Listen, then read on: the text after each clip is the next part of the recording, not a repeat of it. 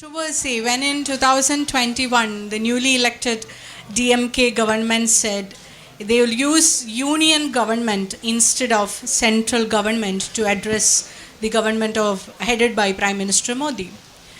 And then in 2022, in a seminar conducted by Communist Party of India, Pinarayi Vijayan and Chief Minister Stalin from Tamil Nadu said we should do everything possible to strengthen Indian federalism because we are under threat.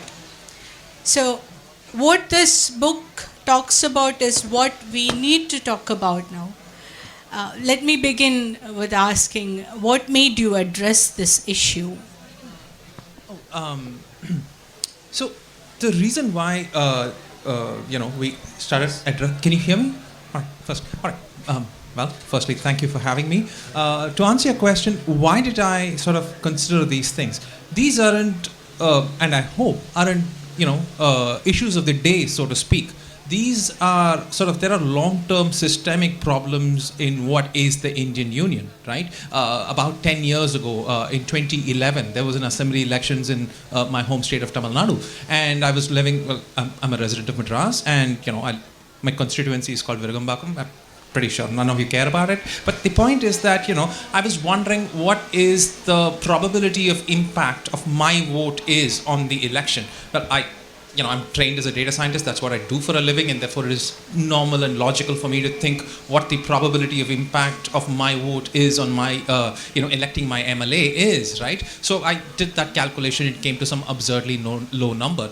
Then the next natural progression of that thought is what is the impact, probability of impact of my vote in electing my member of parliament, right? And you can read the book. The answer for South Madras is e to the power minus 354, right? It's a very, very, very, very low number, right? And then what I did was I went ahead and calculated the same thing for random constituency in Madhya Pradesh, which was Guna. And to my surprise, what I found was that the probability of impact of an individual citizen's vote in South Madras was about 40% higher than the probability of impact of a citizen's vote in Madhya Pradesh in Guna. And I was wondering why that is. In 2011, I started wondering. In 2023, you have this book. So yes, that's the reason why I started writing that book. Let us proceed in the order of the book itself. So in the beginning, you discussed three major areas of problem, right? Health, education, and then economy. So let us begin with health itself. From your data, you see Kerala, India's best performing state on health parameters, had an infant mortality rate of 7 in 2018. For comparison, the United States, the world's most powerful country, had an IMR of 6. So Kerala's infant mortality rate is something comparable to a country like United States. On the other hand, Madhya Pradesh had the IMR of 48. This is equivalent of a wanton Afghanistan. So let us begin there. Health. Right. So and this is so consider that, right? And more importantly, the point is not to say that either Kerala or my home state of Tamil Nadu is basically Sweden with sunshine, right? We are not. We have significant problems of our own. But the point is that if you have a state and a society with an IMR, basic health parameters that are comparable to developed OECD countries, and another state or another set of states which are comparable to what on Afghanistan, Nigeria, Niger, South Sudan, etc., there is a mathematical impossibility for you to run these two sets of states with a single policy, right? It doesn't matter how clever the bureaucrat or the politician is in Delhi. It's just impossible to arrive at such a policy, except in the last 20, 25 years. And it doesn't matter who is the incumbent government. They've all been going in the direction of usurping what is states' rights and trying to arrive at a single policy for both these sets of states. And on the specific metric here, which is IMR, infant mortality rate. There is I don't know how, I'm assuming most of you are Malayali and I'm Tamil, and I cannot pronounce the name of that particular program. It's called Matru something. And that is the program which sort of, decides the policy of children in Kerala and in Western Uttar Pradesh together in terms of what its metrics are, what its targets are, what its implementation goals are, how, data is collected, how it is analyzed. It is kind of absurd. You do not expect New York and Kabul to have the same, health implementation policies, right? Like, why would we ever do that? And that is the problem. That, Kerala has a long history of governance at the local levels, and all of you have protested enough in front of your government offices, and likewise in my own state and in Telangana and in Karnataka, and we've sort of demanded better services from our governments, whether we did that or not, or because of it is of other reasons. Whatever the reasons might be, the point is that we are where we are, and the point of a democracy is that we should, as citizens of who have self-government, be able to dictate our own policy, right? And if we do not do that, and we are forced to have policies from elsewhere, which is suboptimal, it is suboptimal. B, it is antithetical to the idea of self-government, which sort of is the cornerstone of democracy, right? And that is the problem, right? Like, I know it's fun, either as a Malayali or a Tamil person to basically say that, hey, our IMR is much better than yours. But I hope after reading this book, the point you take from it is not that, we are Sweden with sunshine, right? About those indicators, you yourself asked this question: is life expectancy the right indicator for health? Can we proceed from there? What are the real indicators of a healthy people, in your eyes? Right. There's a extended discussion in the book, in fact, on why it is that we use the parameters that we use. Consider infant mortality rate, right? Tragic as it is, children die, and it's not a pleasant sort of a thing to sort of measure mortality of children under the age of 1. However, in developing societies, and COVID taught us better than anything else, the infrastructure, the data environment that we have is so corrupted. When I say corrupted, I mean like in terms of data, that it is very, very difficult for us to measure on the basis of individual morbidity and measure the effectiveness of the state in addressing each one of those in what are developing societies, right? Therefore, generally, if you take a person's death, it's somebody dies, we need to bury them or burn them, right? Like, so it's morbid as that is, it's a relatively easy and straightforward data point to collect, right? And if you take the overall life expectancy of a person, we have to wait through the entire life expectancy. In your home state of Kerala, it is 76, right? You do not expect policy to wait 76 years until we actually change. So what we instead do is we look at infant mortality rate, children who die under the age of 1. Obscene and morbid that as it is a very, very good indicator, right? Because A, it is near real time in that we get data almost instantaneously. 2 is that care-seeking behavior when a child is really ill is the same. It doesn't matter whether you're educated, you're rich, you're poor, it doesn't matter. When your child is really, really sick, you go to the hospital, right? Like, so the behavioral attitudes do not impact the data that much, right? And third is that, children, the kind of care that you need in order for preventing a child's mortality is very, very basic health care. Adults have complicated health conditions, right? Like, not to bore you with my own health conditions, like I have gout, right? It's an obscenely like a wealthy person's disease, right? Like, but children do not die of those diseases. Children die of dysentery, right? These are eminently preventable diseases with basic health care with a primary health center in a village, right? And a government is supposed to do that, right? We do not expect governments to have fancy tertiary care health centers with, chemotherapy for like really rich people, right? We want poor children to not die of dysentery, right? And the IMR is a measure of that, and that is why it is a true reflection of how well your government is doing. And that raises the crucial question, why certain states are performing better than the other states. I hope we address this later. And since we are in Kerala, let's talk some more about Kerala. You mentioned that less than 25% of the total population of Kerala is under 15 years of age. So it's high time we start talking about geriatric care because most of us are going to be, the Kerala is going to be a state of elderly people. A, that is true.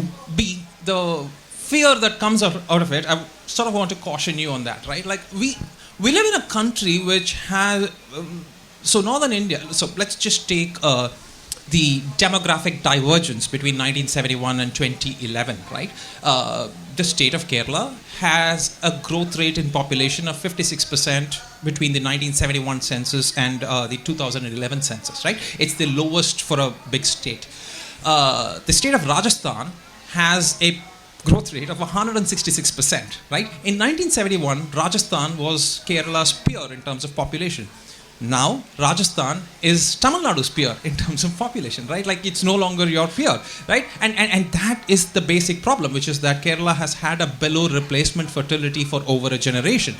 My own home state of Tamil Nadu is, again, which has had a below replacement fertility for almost as long a time, is expected to be the first state to experience what is negative population growth in the decade between 2031 and 41, right? The problem is quite simple, right? Like, I'm not the first person to say this. Robert Malthus, the English polymath, who wrote his, rather problematic paper in 1798, sort of mentioned this, right? Like, population growth is exponential, right? And the reverse of that, which is that if you have below replacement fertility rate, you essentially have to wait for people to die out in order for that to show up in your data, right? It doesn't show up tomorrow. So, long story short, a lot more children are being produced on a yearly basis in the Indo-Gangetic plains. A lot less children are being produced in what is southern India, and particularly true for Kerala and Tamil Nadu, and to a limited extent in Telangana as well. And these children then go on to have fewer children of their own, whereas there the base number is already high, and those women then go on to have even more children, and the likelihood of them going to school is lesser, and that is the biggest predictor of those children in turn having more children, and therefore there is that exponentiation effect all over, which is the reason why you have a 56% was a 166% divergence in population, right? And you could argue this is like the terms progressives like to throw at me, which is that this is Malthusian. Yeah, it is Malthusian, but the point is that the mathematics doesn't change because somebody chooses to use a pejorative, right? But the more important point is that, true as that may be, what does it mean, right? Like, it has serious implications in terms of finance commission allocation ratios to the state. It has serious implications in terms of the upcoming delimitation crisis that we are going to have. It has serious implications in terms of public policy in health, in education, in every other sphere. So in fact, I would argue that the biggest prism through which you should view at what the Indian Union is the population divergence problem, right?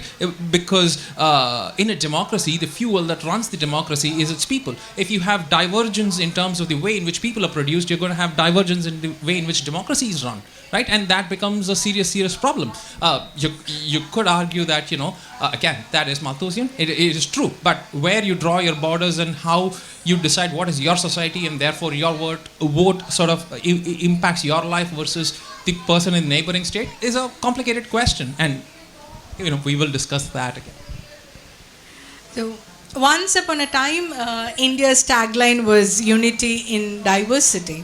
Not anymore, it's just unitary. So it's like one nation, one tax, one nation, one law. All you hear is about one and one. And in this category, education, you particularly discuss about two things.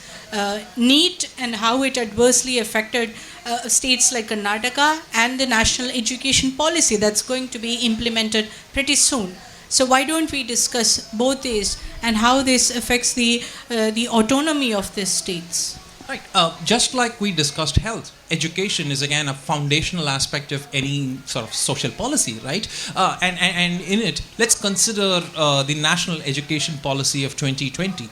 I don't know how many of you bothered to sort of download the document and read it. Firstly, ignore your politics, ignore what you think of in terms of the way in which society should be governed. It's a terrible document in the way in which it's written. I hope, people write better documents henceforth, right? Be that as it may. Moving on. If you live in either the state of Kerala or Tamil Nadu or Telangana or any of the southern states, and let's take my own state of Tamil Nadu, right? Like, the national education policy sets the gross enrollment ratio target for higher education, which is basically, kids who go to college, at 50% for the year 2035. Tamil Nadu's gross enrollment ratio in the year 2021 was 51%. What do they expect us to do? Wait for 15 years until the rest of the country catches up to us? Like, this is, and the reason why either Tamil Nadu or Kerala need to, however, sign up for any and all of these programs, either in health or education, regardless of them having serious objections to these policies and the way in which they are implemented, is that enormous central funds are sort of tied to this. Which government, either in Trivandrum or Madras, is basically going to say, you know what, I'm going to forego those funds on principle? Nobody's going to say that, right? And because of that, what happens is that states end up signing for what is a policy program that is suboptimal for their own state, and then once you signed up for it, you're measured on sort of metrics which are antithetical to your own progress, and then you end up sort of it becomes a race to the bottom then, instead of sort of a virtuous cycle, right? And this is and so let's consider again another important and sort of frankly demoralizing aspect of the national education policy, right, of which the NEET is one example, is that they want to test kids in grades 3, 5, 8 and 10, if I'm not wrong. We already test kids at class 10 and class 12, right? They want 4 other, what is the equivalent of a standardized testing? I don't know. I guess, somebody in this government spent enough time in George Bush's America, and they've sort of got that Orwellian name of No Child Left Behind and sort of given it some Hindi name, right? But the point is that consider the state of Tamil Nadu. It has 84% gross enrollment ratio for higher secondary level, right? The state of Kerala has about 80%. Tamil Nadu and Kerala have kind of gotten kids to school. There are no more, this is comparable to OECD country levels, right? Like, whoever can go to school is in school, right? Now, and why did this happen? This state of Kerala has always had high gross enrollment ratio, right? But my state of Tamil Nadu did not. And why did that happen? Because like a generation or two ago, we had a wonderful idea called the midday meal scheme, where we incentivized kids to come to school. And if you look at the data before and after that, there is a quantum jump in gross enrollment ratio. Whatever. Like, there was state in level policy making which resulted in high gross enrollment ratios at higher secondary level, right? Now, the point is that these states are now at a point where they do not have to worry about what are input metrics, that is, how many children are in school. Instead, what they need to worry about is how well are they learning in school, which again needs to be at the state level depending on what their gross enrollment ratio is. If you are a child or a parent in the state of Uttar Pradesh or Madhya Pradesh or Rajasthan or Bihar or Jharkhand or any of these Indo-Gangetic plains, what you want is for your child to go to school in the first place, right? If they're not even in school, what is the point of worrying about learning outcomes, right? It's very the idea of worrying about learning outcomes in a state where the gross enrollment ratio, as it is with much of the Indo-Gangetic plains at higher secondary level, is it's close to 50%. When only half your children are going to school, for you to worry about output metrics is a very colonial idea. It just means that you want a small section of very literate or very well-educated people who will sort of be pawns in a late capitalist order, right? Like, what we want is for our society to sort of have education reach as many children as possible. The question, let me give you a more concrete example of it, right? The NEP, the National Education Policy, let's say it prescribes a standardized test, right? And we know that the biggest predictor of a child dropping out of school is failure in examinations, right? Now, let's assume there are 2 children, one in Kerala and the other in, let's say, Madhya Pradesh, right? Now, if the child fails and drops out, the state of Kerala has already achieved enough of a gross enrollment ratio that it can probably afford to take that risk of a slight sort of, drop in the gross enrollment ratio. But in Madhya Pradesh, what do you want? It doesn't matter whether the child has learnt anything or not. You want children to get into school in the first place, right? And that's the reason why you want a decentralized idea of this policy making. The same metric will mean different, and not just different, but quite opposite things for different states. And that's the reason why a single standardized testing in the idea of No Child Left Behind in George Bush's America makes absolutely no sense, right? And this is true for MMR, this is true for IMR, this is true for gross enrollment ratios, this is true for,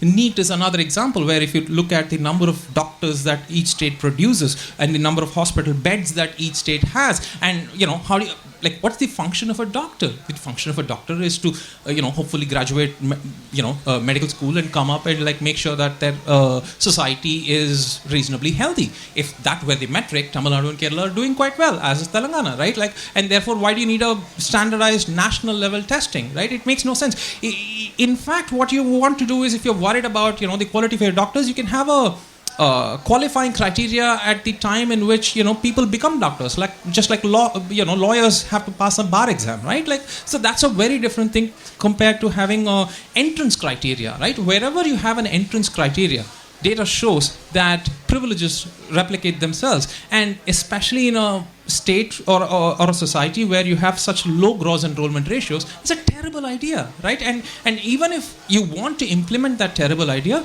it better be that state's idea as opposed to somebody from Delhi sort of setting it up for everybody. So there is this example of Karnataka you have given. Do you mind if I read it out? Yeah. So you say, so Karnataka has the highest capacity for training doctors and would want to use that capacity to improve its own health outcomes first. The NEET regime restricts this ability of the state to do that and instead seeks to optimize medical education for the entire country, thus disincentivizing capacity building in a specific state while distributing some of the capacity that's already been built in one state across all states. So this is injustice done to states who have already performed better. Now let's move to the economy. The one foundational aspect of federalism is that states get fiscal autonomy. That's why we have three lists: union list, state list and concurrent list, and there is clear demarcation on subjects as how laws are being made and how revenue is being collected. But the blow came to this fiscal sovereignty of states in the form of GST. That's the most recent one, if I'm correct. Let's talk about GST. So, let's think back to that midday meal scheme that I told you about for education, right? Like, and it was implemented in the latest avatar of it by the M.G. Ramachandran in 1982, the latest avatar of it. Do you know how he funded that? By imposing what was then called sales tax. If a state now wants to do such, and the result of that is that, Tamil Nadu now is the state with the highest gross enrollment ratio for higher secondary levels, right? Like, the proof of the pudding is in the eating, or whatever, the proof of the gruel, or whatever that you want to call, right? The point is that what the GST does is that it eliminates the ability of states to do that. Do we ever want our states to become glorified bureaucracies? We elect state governments in the hope that they make difficult moral decisions on our behalf, right? And that's the reason why we elect state governments. We don't want state governments to sort of blindly follow what a bureaucrat in Delhi decides, right? And the GST, what it does is, forget the ability of the bureaucrat or the state government to actually come up with policy. It eliminates the power of the purse at the state level to actually implement those regardless of what they come up with. And that is a terrible state to be, because states are supposed to be laboratories of democracy, and it's sort of the GST regime sort of cancels all of that, right? And that is the serious problem. And I don't want to bore you with the details, but I encourage all of you to go into the constitution of what is called the GST Council, right? So consider the idea of the GST. Why was the GST brought about, right? It wanted to deliver all of India as a single market so that there is seamless flow of goods and services, whatever, right? Even let's say that you're the most capitalist person and you agree with that. The problem will then become that the states and another stated motive of the GST was that they wanted to have what were centers of manufacturing excellence, right? If you, let's say you're, manufacturing toilet seats, right? And let's say, there's a factory in Maharashtra and there's a factory across the border in Madhya Pradesh. You do not want Madhya Pradesh to produce toilet seats just by virtue of, for the reason of, because it imposes a like a tariff across the states, and instead and therefore have factories there. But instead, the idea is that we'll focus all toilet seat manufacturing in, let's say, Maharashtra, and sort of declare all of Madhya Pradesh or rest of India as its market, so to speak, right? Like that's broadly the idea, so that we do not replicate manufacturing in states in order because their production efficiencies will be suboptimal, right? If you do that, if you consider the manufacturing job spread in this country, right? Take my home state of Tamil Nadu. It has about 38,000 factories, give or take a few hundred, right? It has a population of close to 70 million. Consider the states of Rajasthan, Bihar, Madhya Pradesh, Uttar Pradesh, Chhattisgarh, Jharkhand.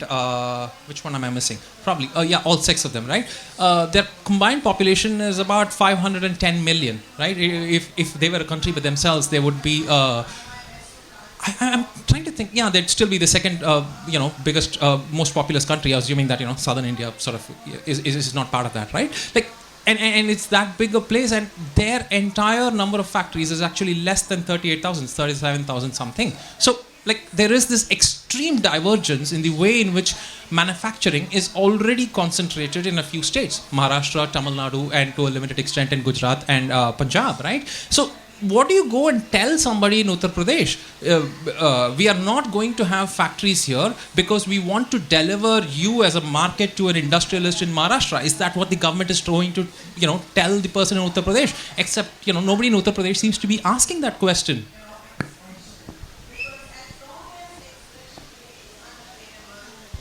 You make this comparison between rich and poor states. And the question comes, what counts as a rich state, right? And can you define what is a rich state in India in terms of what resources? So again, I find that a little. So what do we want to hold our governments accountable for? We want our governments to be accountable to provide us a proper education, good health, proper opportunities of economic growth, so on and so forth, right? You don't want to sort of look into per capita income because it's sort of, it's a government metric, it's complicated, etc. But what I do in the book instead is that the way in which you want to identify which is a good state to be in is to look at few things. One is the number of factories and the employability and the number of people they employ in those factories, because manufacturing is a large-scale employer. And what we want to do with our society is sort of move people away from subsistence farming into manufacturing, because essentially what subsistence farming is disguised unemployment, right? Like if you don't have anything in this country to do, you go till your land, right? It's an unproductive sort of whatever.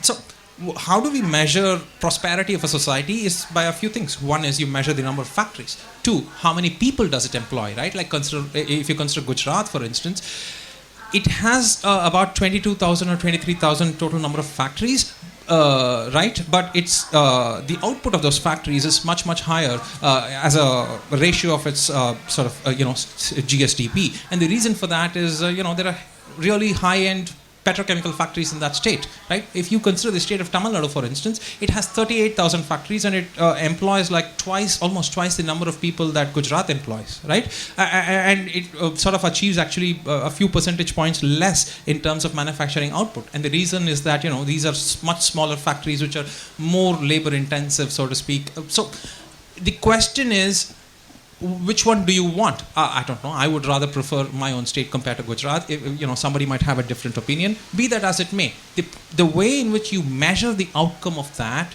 is by a simpler metric, which is for a day of farm and non-farm labor, how much does the average person earn? That is what actual people care about, right? And if you consider that, the state of Kerala, for instance, has like about 3 times the daily average wage of a non-farm employer in Gujarat and Maharashtra. And the state of Tamil Nadu has about 2 to 2.5 times. And that is how we should measure how well a state is doing in terms of the overall availability of organized sector jobs as a ratio of the population, and how well those jobs pay. Right, and have that metric as opposed to either the GSDP per capita or any of that metric thereof. If prosperity is judged by the number of factories, Kerala would be a poor state. We don't have that many factories or employment, yeah, right? sure, so sure. that's why I asked, what are the parameters, the Sure. indicators? So Kerala And doesn't. I agree with you, and economists have this long-winded explanation of why Kerala. So one of the reasons that they cite is that Kerala has some version of what is called the Dutch disease. Essentially, that I was coming to that. they have remittance becomes an issue in terms of causing inflation in wages in your local economy. I don't know, that may or may not be true, but the point is that you're still better off having relatively high wages. Like, who's going to sort of argue against a daily wage laborer earning 600 rupees? It's a good thing. Yeah, so your book mentioned that as Kerala's manufacturing output is low and the number of people it employs in manufacturing is also quite low, and the wage rates are quite high, so this is probably because of the Dutch disease. I think this overlooks the long struggle and unionization. There is a long history of labor politics here. So Sure. that's also a factor, not the Dutch disease. I would like to disagree here. Sure. I mean, whatever the reasons are for your wages to be high, I hope nobody, wants to go and fight with a day laborer in terms of what his wages are, whether it's 600 rupees or 400 rupees, right? So more the merrier there. Yes. Okay.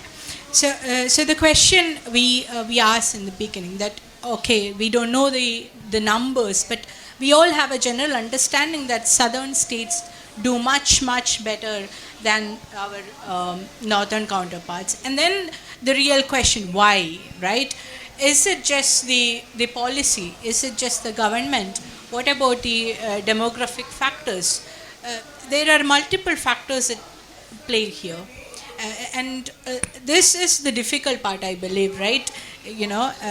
Pointing out these differences is one thing, analyzing and finding out what are the real causes, because unless you address the question why, you cannot suggest what is the way forward. So I actually let us talk about the why part. Okay. Before I address the why part, like I said, I disagree with the way in which that's framed. I actually think that. Okay. I'm not a sociologist or an economist or a political scientist by training, right? Like, my training is in data science. I work as a data scientist for a living. And I do not want to crash this party of whatever, humanities people, right? Like, if they want to sort of, have, like, I don't know, 50,000 papers on the question of why and arrive at a specific answer, good for them. Let them do that, right? But the point is that these states, regardless of what the reason for the why is, I cite some literature in this subject saying that a long history of subnationalism is one of the very, very important reasons as to why this happens. Possibly, let that be the case. But the point I want to make, and if you read this book, I hope what you take away from it is that every state should have the ability and the freedom in order to decide what policy works best for it, as its masters, namely its electorate, deem it fit, right? And that is what the takeaway should be. It's not that we in southern India are better off because of reasons A, B, and C. That would tend towards what is ethnic essentialism. I hope we don't go there. Okay. So as long as there are solutions, you say we stick to that part rather, okay, focusing away. Okay. So if there is, if I can describe the book in one word, and if I have to highlight one word, I say it's the word divergence. And it's high time we talk about this. There's especially population, and things are not so green rosy for southern Kerala in the real danger of delimitation especially. So with the history, it was Indira Gandhi during emergency who froze this delimitation process, since India was having this population control program, and it is still at freeze. And you mentioned this very important aspect, whether we continue the freeze or we decide that it's expired, both are problematic.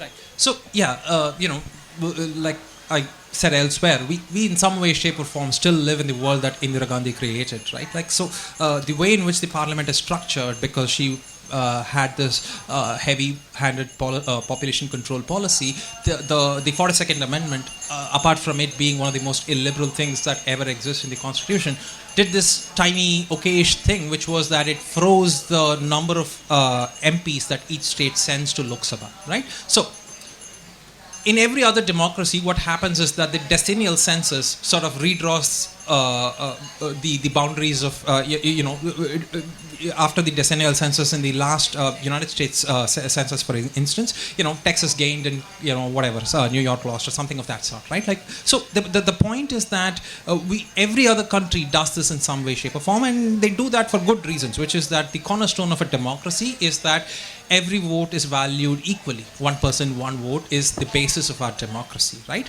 But in India, because we had this population control policy, what we also did not want was some version of a perverse incentive, that we do not want some states to sort of not implement the population control policy, and if they don't do that, they sort of have the highest resource produced in a democracy, which is people, and then the states that do it correctly will be depleted of that resource, and so what you will end up having is punishment for success and sort of the opposite for the opposite, right? Like, so essentially, you're rewarding failure and you're punishing success. Did I say that right? Yeah. So yeah, you will end up doing that, and because you don't want to do that, the 42nd Amendment basically froze that.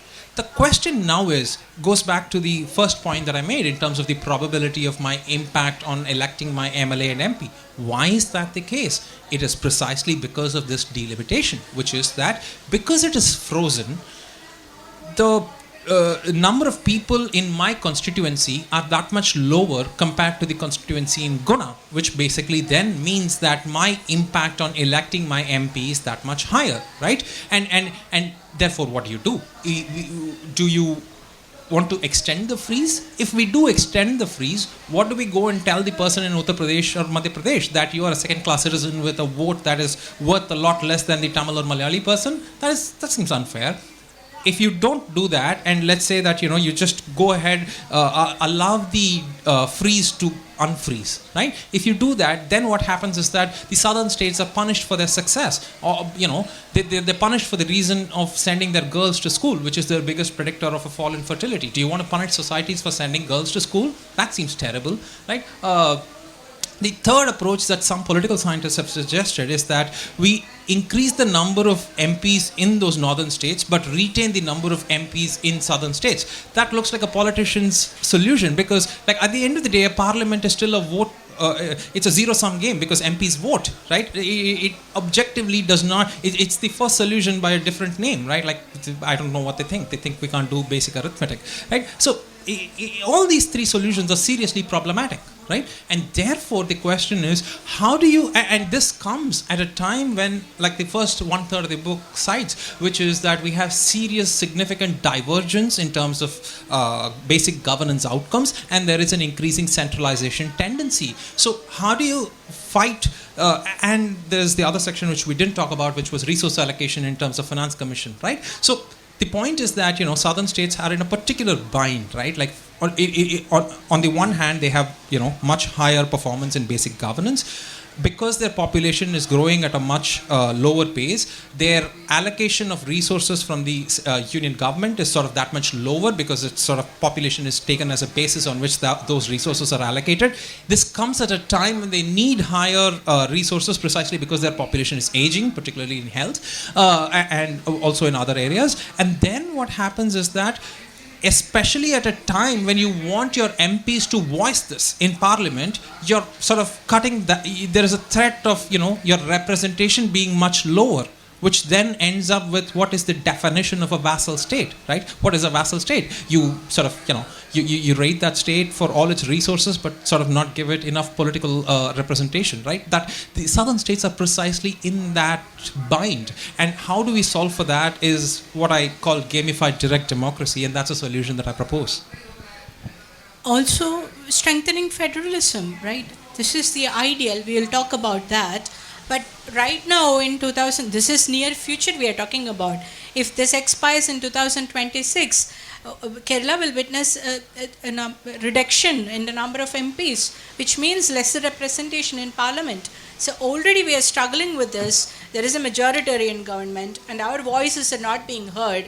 And so this is scary. And if it doesn't expire in 2016, it's really bad for these Indo-Gangetic plain states. So what do we do? I know Nilakantan has an ideal solution, but right now strengthening the federal system, giving more power, sovereignty to states is the way forward. This is short term.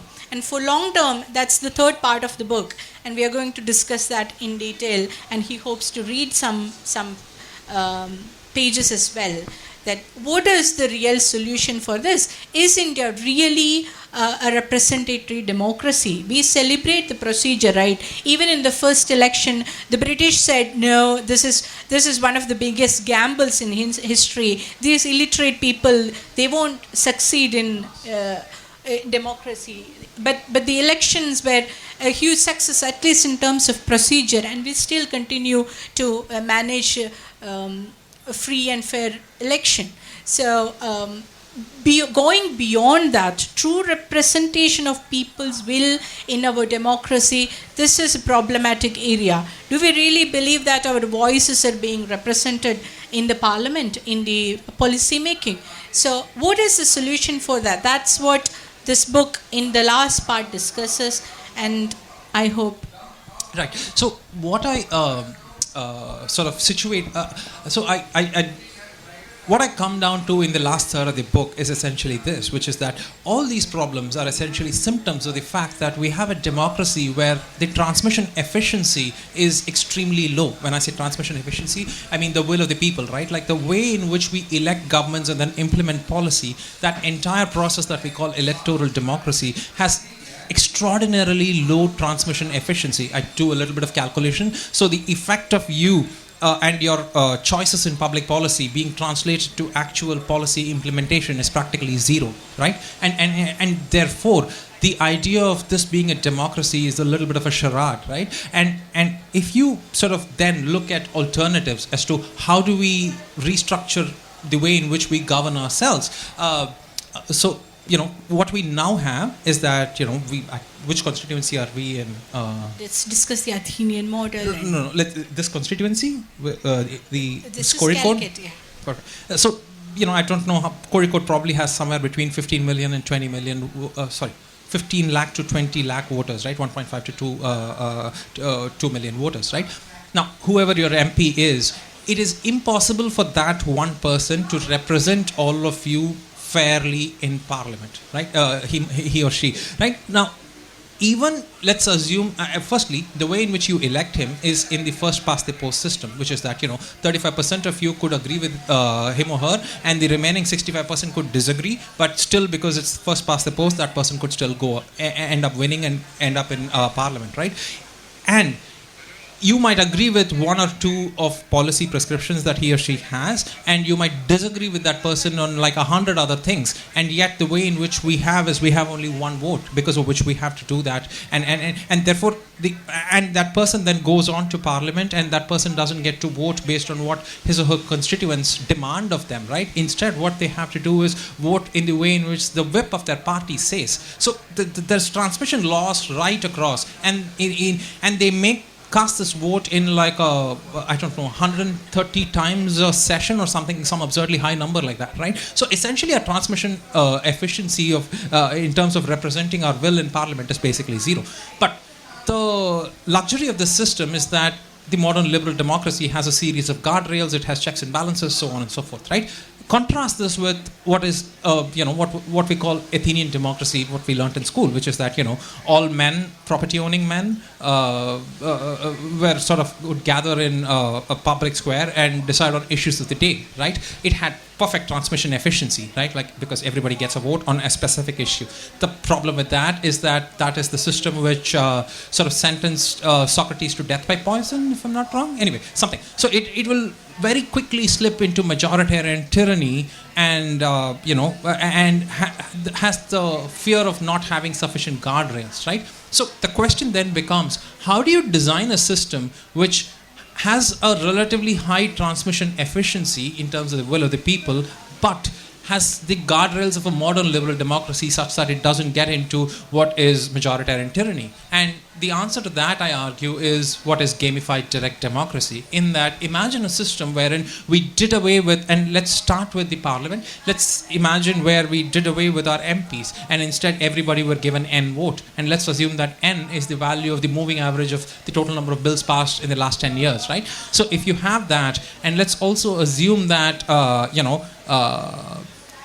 so the way in which you bring this up, the way in which the timetable is set, the legislative calendar is set, the way in which the drafting of the legislation happens, the way in which the equilibria of that n getting reduced to n-1, so on and so forth, all of that is discussed in some detail. But what I want, and there is an algorithmic approach for that, I encourage you to buy my book. But the point is that it's a system which A, has relatively high transmission efficiency, B, sort of reward or rather skews the system in favor of a veto as opposed to actually doing something, or rather is status quo biased, right? And therefore a change is very, very difficult to implement, but if a change is made, it's relatively stable. So in such a system, what would happen, right? Let's consider all of these problems that we have just discussed. In the last budget that Nirmala Sitharaman presented, there was 3.41 lakh crore of rupees. A lakh crore is a trillion, I guess, but yeah. So 3.41 lakh crore of rupees for what are called central flagship programs. Most of those are essentially state subjects by other name, right? And the overall allocation to all states, according to the Finance Commission, is half of that, right? So if we have this gamified direct democracy, nobody in Kerala and nobody in Tamil Nadu, nobody in Maharashtra and nobody in Karnataka and nobody in Telangana is going to vote for any of those central flagship programs, right? And therefore the budget will automatically get devolved into the state. So what this gamified direct democracy will achieve is an orderly transfer of responsibilities down to the lowest level of government that is nearest to you, right? Because hopefully we don't want balkanization, which will result in violence, and yet we want extreme and radical decentralization. How do we achieve that? Is gamified direct democracy. I wish I had more time to sort of whiteboard it with you, but this is a terrible sort of medium to explain an algorithmic approach. Thank you. This discussion is open to everyone now. Questions, comments?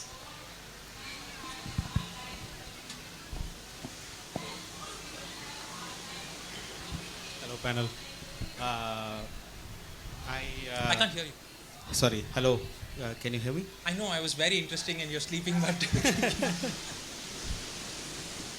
So, don't feel alone here. I'm a fellow Tamilan from Roypada, Chennai. So, the question for you is, how do you handle emotional outliers when you collect data and when you scrap data?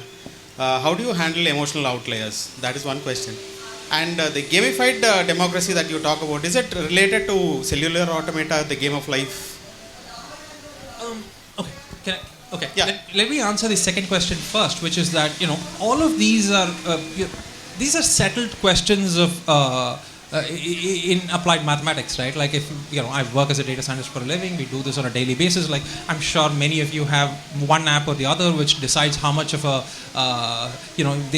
they will incentivize you to do something, right? So the point is, it's easy for me to sort of incentivize you, give you $1 million to do something for 10 rupees, and you will do that, right? But that's not the point. What is the point of optimality at which I incentivize you enough in the cheapest manner so that you do the maximum? That's the question, right? And that's what, unfortunately, I do for a living. But the point is, how do we do that in a large-scale system? That is true for cellular automata, that's true for this, that's true for ugly systems of capitalism. So it's the same mathematics, right? It doesn't differ. To your first question, how do you deal with emotional outliers? I don't know. I guess that's why sociologists exist. Yes, sir. There's a gentleman. Sorry. Go ahead. Okay. My question is that you have. Can you hear? My question is that you have mentioned that state should, while bringing a policy, state should consider what's the best for it. And the NEP came, GST came. Now the IR code is about to come. It's going to violate the right of employers, and it's going to give a key to the employees to violate the rights. So, how do you foresee the future of our nation in terms of employment and economy? Well, So this is true in every single aspect of modern governance, right? This is true like any and every sphere imaginable, right? India is hurtling towards a centralized approach. It's not just for labor laws. It's true in whatever the government does, it's centralizing on steroids, right? And therefore, the answer to I hope to any and all of that is gamified direct democracy. But until that time, it is for your state and mine and other states such as ours to sort of stand up and sort of stand for states' rights. Sorry. Yes. I can't hear you, sir. It's not on.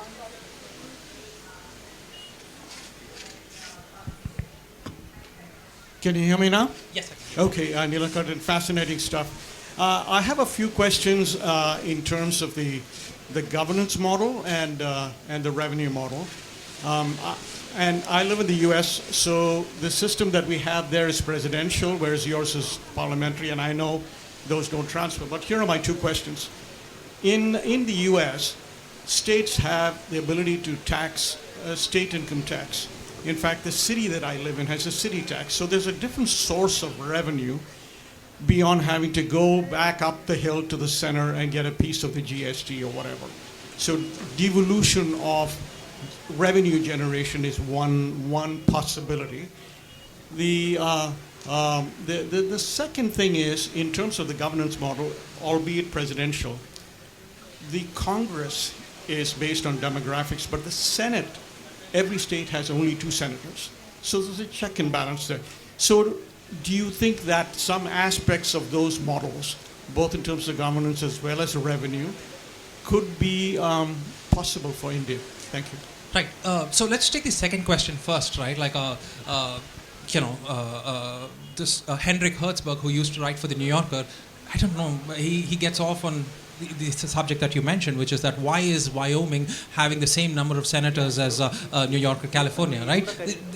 And that country's history is long and complicated, and they have that because of the 1889 Connecticut Compromise, if I'm not wrong. But anyway, point is that their form of government, again, has the same issues that we have, except the divergence in that country is not in the extreme that we see here, and therefore their issues are less obvious, right? I'm sure there are enough people in New York who basically tell Alabama to shut up because they send federal dollars there or some version thereof, right? But the point is that there are two important differences. One is that the degree of divergence between the most backward state in the United States and the most forward state in the United States is not as bad as the one between Afghanistan and the United States as it here is. And the second more important point in terms of the way in which governance itself happens is that the way in which population growth happens in each state in the United States or any other states, and this is not unique to United States, it's true for China, it's true for Brazil, it's true for Germany, it's true for any large federal structure, which is that, the question that I often get is this, which is that, isn't some version of inequality and divergence true for every single large federal union? The answer to that question as to why India is unique is that in India, population growth happens by birth rates in poorer states, whereas in every other country, population growth happens by internal migration into what are economic power centers, right? New York, California, and Texas are now like the most have the highest population growth and have had for a generation now, because people in the Appalachia and Midwest sort of migrate there for jobs, right? And this is true for China. From interior of China, they go into coastal China, right? And China has had a one-child policy, and yet there is a divergence between these two, right?